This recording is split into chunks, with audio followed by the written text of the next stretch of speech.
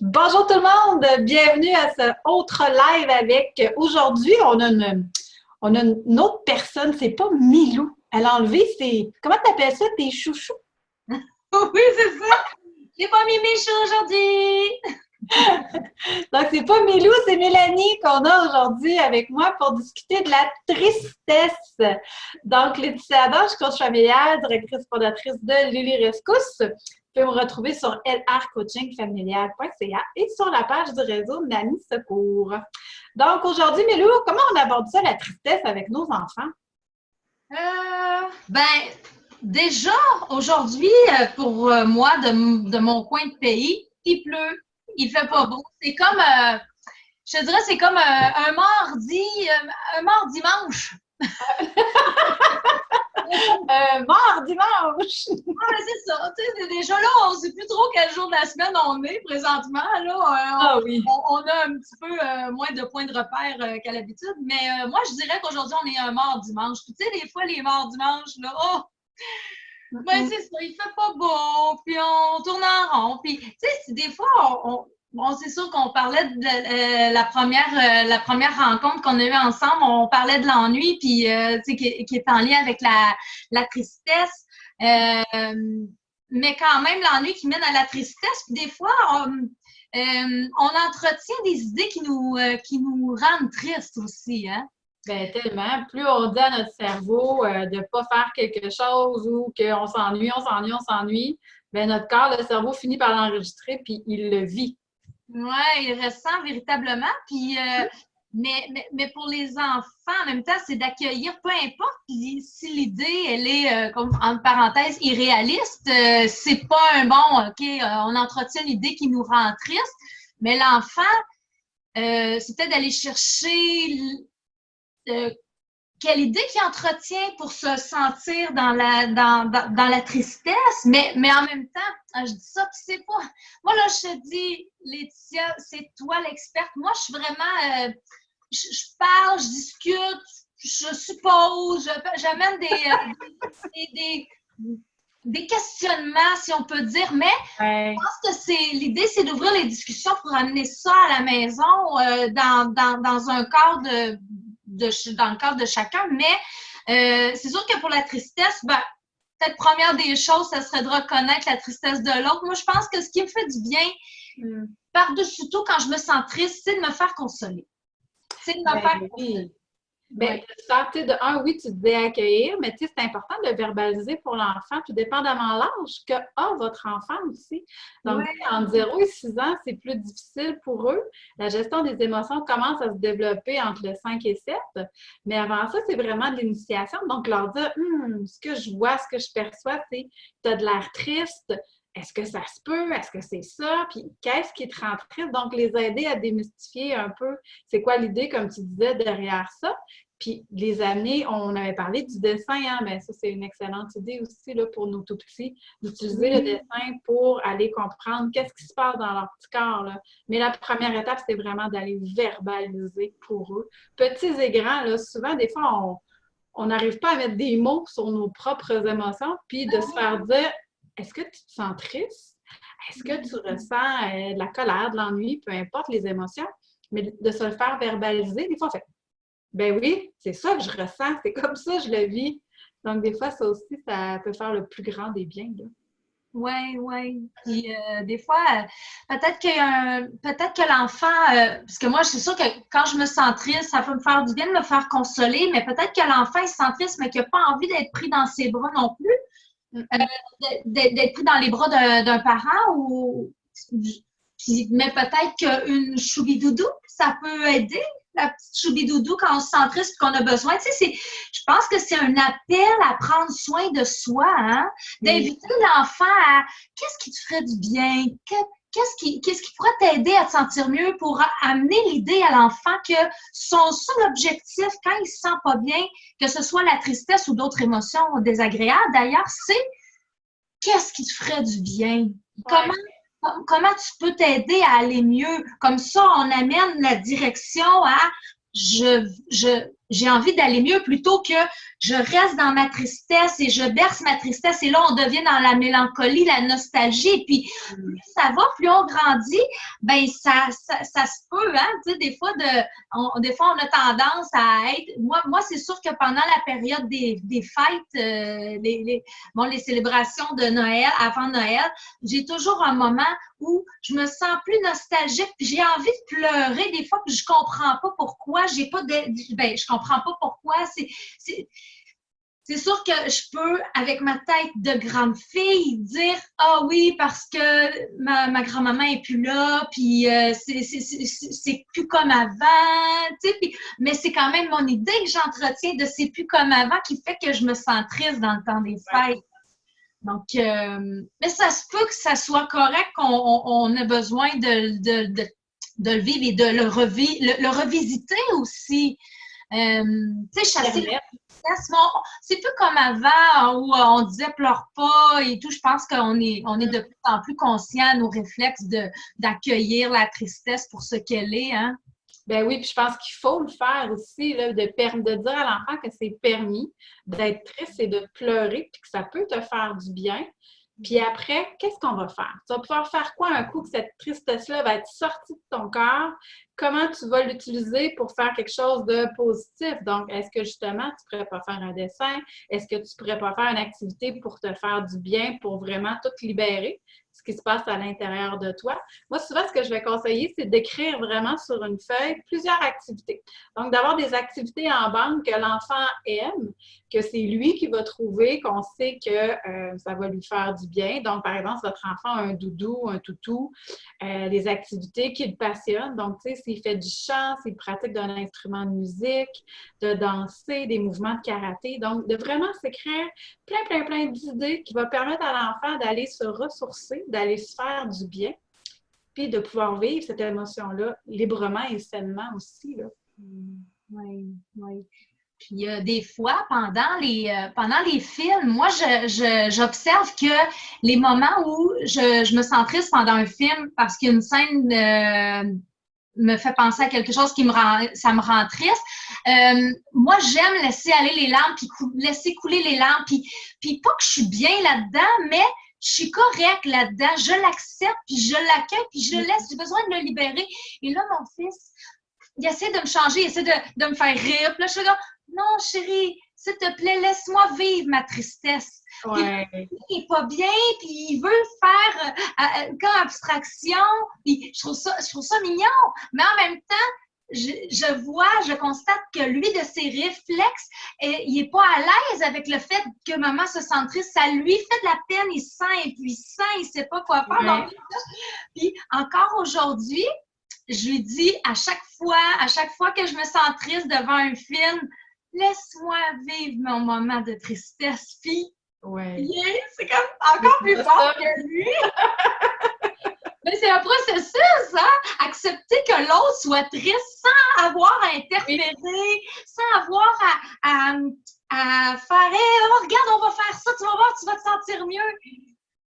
Tu sais, c'est délicat parce que notre tristesse, elle a une richesse en soi, tu sais, de s'intérioriser, de retourner à la source, dans mon être profond, véritable, pour aller puiser quelque chose que peut-être que je vais découvrir, peut-être que tu sais, le côté qui nous rend, comme on dit, plus humain, mais c'est sûr que on est humain ou on ne l'est pas, hein, mais tu sais, qui nous ramène à plus d'humilité, plus d'humanité, plus de sensibilité, plus d'empathie envers son prochain, hein, de vivre sa propre tristesse nous amène à comprendre celle des autres. Ben oui, totalement. Puis les enfants sont pas encore à l'aise avec ça. Ils s'approprient un peu l'émotion de l'autre. Puis on va le voir en milieu de garde, s'il y a un enfant qui pleure, il y en a des enfants qui vont être déjà très empathiques, malgré que ça peut se développer plus vers le 5-7, encore une fois, mais il y en a d'autres tout petits. Ils vont avoir cette empathie-là devant les autres qui sont pas bien, qui pleurent, ou qui se sont fait faire mal, etc. Puis ils vont aller au-devant. Puis on dirait qu'ils prennent sur leurs petites épaules, on va dire non, attends, je vais arranger les choses. Alors que dans leur compréhension, les enfants ne sont pas rendus là. Donc, nécessairement, des fois, ils vont s'approprier l'émotion d'adulte. Puis c'est la même chose chez moi quand moi aussi j'écoute des films. Puis je suis une broyade, que voulez-vous? Je suis une émotive. J'écoute un film puis je pleure. J'écoute la voix, je pleure. J'écoute. Donc, tu sais, je pleure très facilement là-dessus. Puis mes enfants, des fois, ils me regardent et là, ça gère pas, là, maman. Je suis de même! À chaque fois qu'on voit une scène triste dans un film, t'as ma fille qui me jette un coup d'œil dans le coin en leur disant tu vas pas pleurer, là. Tu vas pas déranger mon malaise de te voir triste, non? Mais on le voit que ça les dérange à l'intérieur. Oh, j'aime pas ça! Je sais pas si tu as un truc, Laetitia, pour justement dire ma tristesse m'appartient, je porte ma tristesse, tu portes ta tristesse, mais tu n'as pas à porter ma propre tristesse à moi. Tu sais, pour un peu la responsabilisation de je suis autonome, je veux dire, il y a des âges, il y a des âges où on n'est pas autonome. L'autonomie affective se développe avec le temps. Par contre, juste de prendre les réflexes de je m'occupe de ma tristesse, tu t'occupes de ta tristesse, je peux t'accompagner, mais je ne prendrai pas sur mon dos ta tristesse. Peut-être que ça peut être un exercice, ça devienne je sais pas, un jeu avec peut-être une couverture. La couverture, c'est la tristesse, admettons, puis on porte la tristesse. Je sais pas, là, je suis en train de comme on dit, brainstormer un nouveau de tristesse, mais peut-être que ça existe déjà, mais je pense que ça peut être intéressant d'amener juste à réaliser à l'enfant que notre émotion, on est responsable de notre émotion. Par contre, on n'est pas notre émotion. Tu sais, il y a une différence entre c'est pas la tristesse, mais la tristesse que je ressens m'appartient. Et tu peux m'aider, mais tu peux me guider, tu peux être là pour moi. Je pense que juste de sentir la reconnaissance de l'autre dans ce qu'on vit, ça suffit pour justement que son rôle soit rempli. À partir de ce moment-là, c'est à moi de le pleurer, tout simplement, ou de me consoler. Oui, bien, en fait, ce que souvent je vais proposer, puis les gens pourront aller voir sur ma chaîne YouTube, genre, ça s'appelle la dissociation émotive. En fait, c'est en hypnose, ce qu'on fait, c'est pour se dégager d'une émotion, pour essayer d'y voir plus clair dans une situation qui devient très émotive pour nous.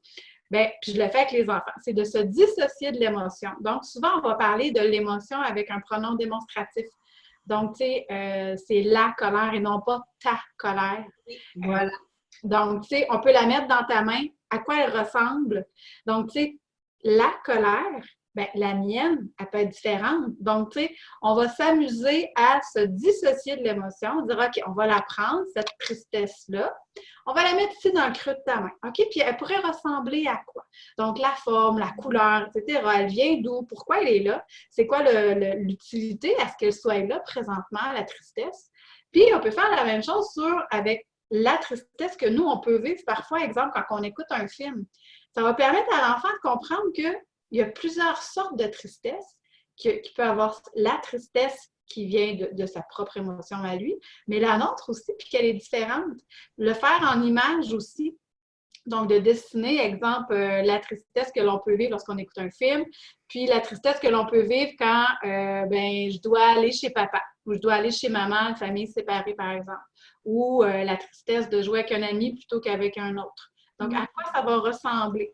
De le mettre en image, de le mettre en mots, de le verbaliser, de vraiment de l'identifier à l'aide de couleurs, d'objets, de formes. Ça va permettre à l'enfant de mieux comprendre qu'est-ce qui se passe. Puis, de dire, exemple, moi, là, ma tristesse, là, elle est bleue présentement, puis on dirait un gros nuage. Toi, est-ce que tu vis de la tristesse présentement? Est-ce que tu te sens pas bien? Bien, l'enfant va vous répondre. S'il vit de la tristesse parce qu'il vous voit triste, OK, bien, toi, elle ressemble à quoi? Donc, ça va lui permettre de comprendre que c'est deux choses totalement différentes. Ça va lui permettre de l'intégrer, puis là, de le comprendre aussi. Parce que sinon, c'est beaucoup trop abstrait. Là. Ça, c'est mon émotion, ça m'appartient. Oui. C'est quand ils ont 9 ans et plus, je dirais, puis tout dépendamment aussi de la maturité de l'enfant, où est-ce qu'il est rendu dans son processus neurologique. Avant ça, c'est beaucoup trop abstrait pour l'enfant. Donc, de passer vraiment par des images, des mots, du dessin, ça va être beaucoup plus concret et réel pour l'enfant. Puis là, il va pouvoir mieux comprendre et mieux intégrer ce que l'adulte est en train de dire. Mais ça passe beaucoup, beaucoup par la verbalisation, par l'image, les dessins, que juste des simples mots, là. Puis surtout pour les plus petits, là. Et pour physiquement, pour s'apaiser, moi ce que j'aime, je dis souvent, bon, j'ai ma choubi-doudou pour me réconforter quand maman et papa, quand les bras de maman et papa ne sont pas disponibles, je prends ma choubi-doudou et je me berce et je me réconforte et je me dis que ça va aller. Un peu comme dans le spectacle quand je rencontre Jeannette Flanalette et qu'elle est triste, on fait l'exercice puis on console Jeannette Flanalette avec les enfants. Mais quand la choubi-doudou est pas disponible, ce que j'aime proposer, c'est que nous, on a deux bras, on peut se faire un câlin, on peut se réconforter soi-même, et là, on s'enveloppe avec ses bras, puis on se fait un câlin, on se dit que ça va aller, puis que oui, puis on peut se dire, c'est pas drôle ce que je vis, hein, je suis triste, et puis là, mais on se reconnaît, et puis ça permet de garder contact avec son corps et de pas trop partir. Tu sais, il y a quand même un impact, hein, le fait de se toucher, de se bercer. Puis c'est ça. Donc, ça aide à l'accepter. Ben oui, tellement. Puis, tu sais, le fait de se toucher, oui, d'avoir un objet aussi, des fois, tu sais, les enfants, ils ne comprennent pas s'enrober soi, s'envelopper soi, mais d'avoir un ourson dans ses bras, d'avoir une doudou. Mais quand le toutou n'est pas disponible, quand l'ourson, des fois, mettons, tu es à la garderie, tu es à l'école, tu as besoin de ce moment-là, tu sais, tu peux aller, tu sais, tu peux. Bon, c'est sûr, la salle de bain, c'est pas. Tu sais, il y a des contextes plus faciles que d'autres, surtout que l'enfant ne peut pas dire je vais aller à la salle de bain, ce sera pas long, je vais aller. L'enseignante ne peut pas autoriser, ah ouais, allez vous consoler. Mais ben, c'est peut-être que ça peut être même pas à l'abri des regards, mais vraiment de le faire, de dire on le fait en groupe pour un moment donné, quand ça arrive à un, ben on se sent pas regardé, puis c'est bizarre, puis ça fait drôle parce qu'on le sait, tout le monde, on connaît le lien, on sait qu'on l'a fait l'exercice déjà de se consoler. Donc, si on voit un enfant qui se console lui-même, ben on saura qu'il est triste puis qu'il prend le temps de s'accueillir. Mais une simple visualisation aussi. Tu sais, d'avoir une image, les images, on peut vraiment les traîner partout, mais le fait de repenser, souviens-toi, rappelle-toi quand tu as vécu un événement heureux où tu étais bien, tu étais en pleine confiance, bien, rappelle-toi cet événement-là, donc de voir, l'imaginer dans sa tête. Donc, tu sais, l'enfant peut vraiment le faire partout où il est. Ça lui permet de décrocher quelques instants pour justement se réconforter, se rassurer. Puis même le fait, tu parles de serrer comme ça, mais l'enfant peut le faire simplement en décontractant ses mains, là, tout simplement en serrant fort, fort, fort, fort, fort. Ça va lui faire aussi un peu la même chose. C'est sûr, c'est pas autant réconfortant, mais si l'enfant, il peut décontracter tout son corps, ses muscles, mais ça va l'aider encore une fois à s'apaiser puis à se rassurer. Ça devient un peu comme un contact, un truc de PNL que tu fais? Bien, en fait, oui, puis ça, on l'utilise souvent dans la gestion des émotions pour aider l'enfant à libérer toutes les tensions qui est dans son corps, d'amener le corps en contraction, décontraction.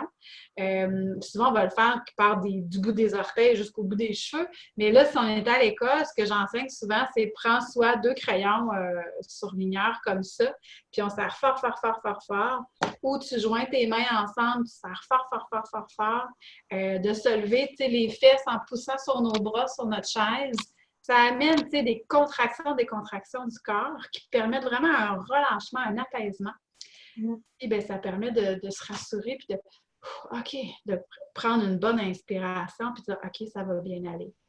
Ça permet de reconnecter encore une fois, comme tu dis, même titre le gros câlin, mais ça donne plusieurs alternatives, je dirais, aux enfants. Donc, il y a des enfants qui aiment moins justement autant de se faire toucher que de se toucher soi-même. Au niveau, tu sais, de l'hypersensibilité, ces choses-là. Fait que, tout simplement, des fois, juste de faire ça comme ça aussi, ça peut être utile ou d'avoir d'autres objets autres que le toutou. Ben, des crayons, des gros crayons feuilles, des crayons surligneurs, ben ça vient à faire la même chose aussi, là. Ça peut être bien. C'est génial. Ça fait du bien, des outils comme ça, autant pour nous que pour nos enfants. Oui. Comprendre que, tu sais, de verbaliser pour eux, souvent je trouve qu'on a tendance, en tant qu'adultes, à les voir plus vieux qu'ils sont.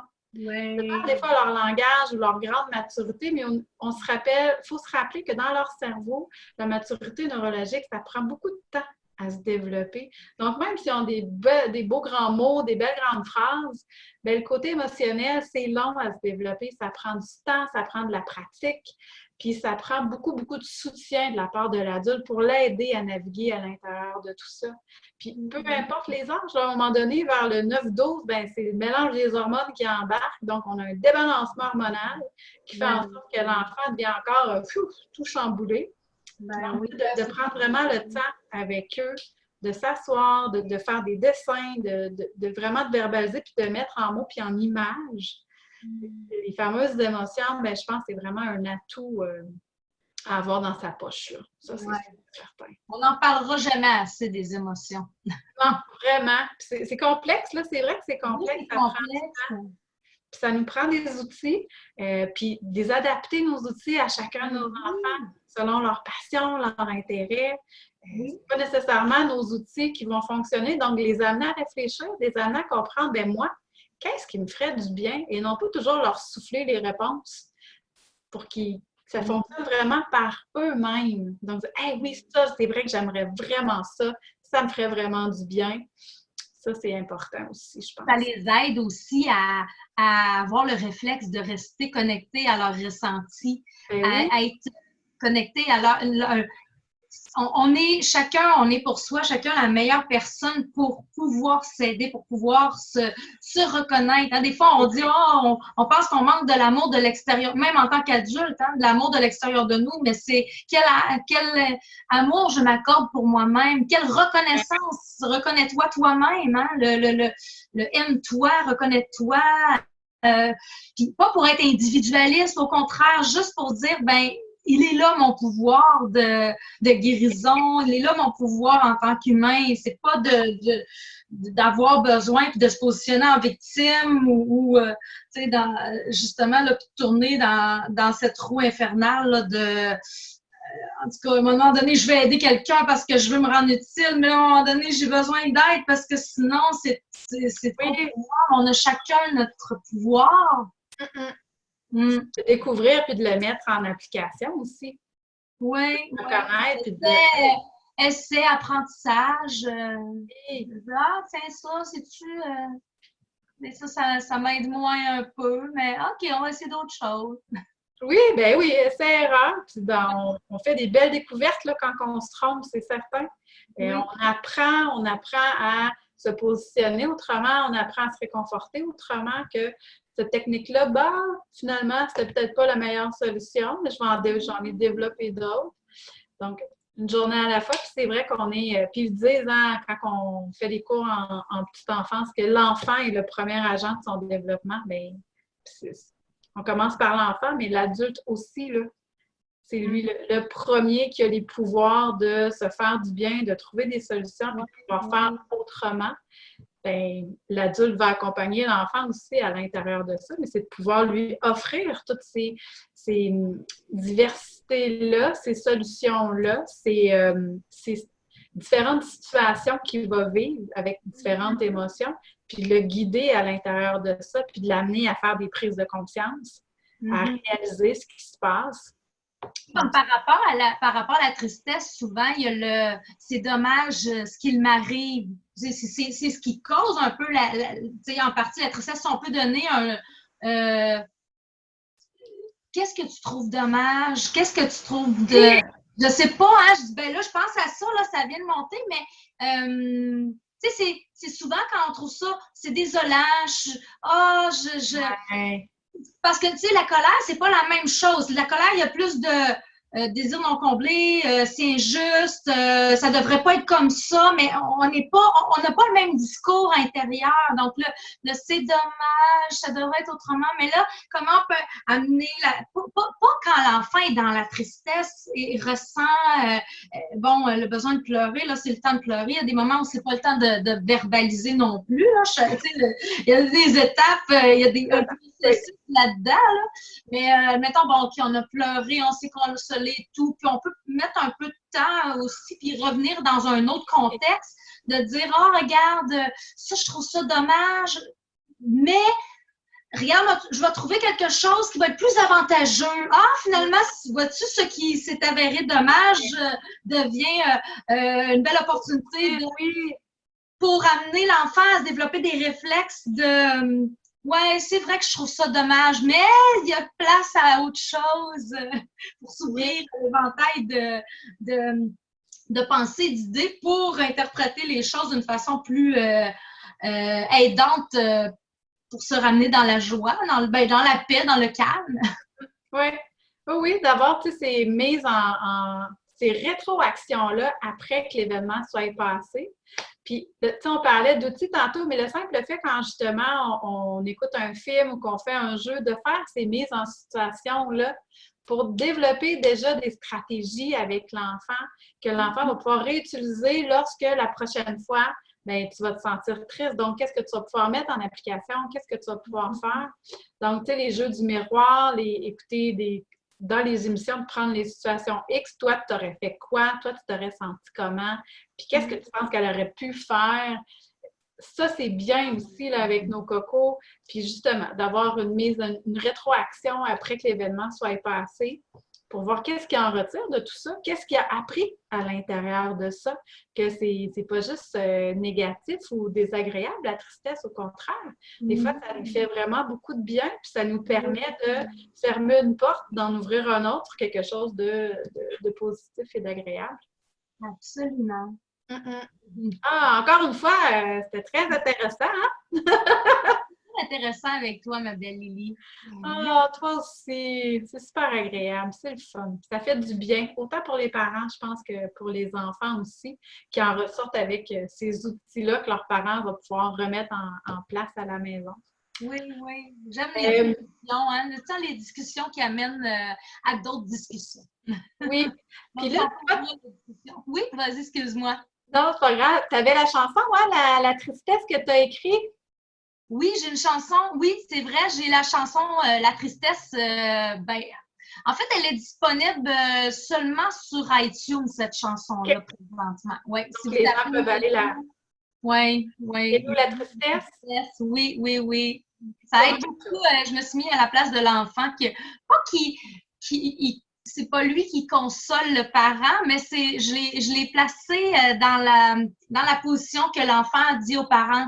C'est correct, rassurez-vous, ça va aller. Tu sais, ça fait longtemps, ça fait 5 ans que je l'ai écrit, cette chanson-là. C'est une de mes premières chansons que j'avais écrites avec Toyo. Moi, j'avais écrit les paroles et j'avais amené, en fait, Toyo, lui, avait fait de la composition de la chanson. Puis, c'est tellement un beau souvenir parce que quand on était en studio pour enregistrer cette chanson-là, on n'était pas capable de l'enregistrer parce qu'on se mettait à pleurer les deux. Ah non! Mon beau Toyo qui était là, puis lui, il était là, puis il dit « Ah, ça m'a pris du temps. » Puis lui aussi, il avait pratiqué de son côté, puis il en pleurait. Puis là, moi, il fallait que je la chante, donc ça me prenait dans la gorge. Oui, parce qu'on se met dans un état, hein? Ah, mais vraiment. Dans chacune des chansons que j'ai écrites, même la colère, je me suis positionnée dans un état de OK, je me sens en colère pour exprimer. Ah, c'est drôle. Ben, c'est ça, c'est l'aventure, les émotions. Moi, je dis oui aux émotions. Je dis oui pour les vivre. Puis oui, pour se responsabiliser dans ça. Bon, tu sais, avec le chemin, avec le temps, c'est sûr que chaque chose en son temps, mais ça se fait toute une vie. Puis Tant qu'on vit des émotions, bon, on est en vie! Ben oui, tellement. Donc, allez voir ça sur iTunes, les parents. Mêlez-vous la tristesse. Vous pouvez me voir également sur la page du réseau d'Amis Secours, Laetitia Adam, ou sur lrcoachingfamilial.ca. On se retrouve pour un prochain live dans un autre mardi si ça continue. On vous tiendra au courant de tous les détails. Comme encore une fois, restez pas tout seul. Vous avez des questions, écrivez-nous.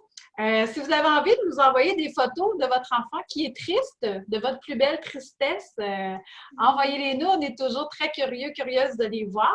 Et puis nous, on se dit à très, très bientôt. Merci, Mélanie. Merci beaucoup, Valérie. C'était super agréable.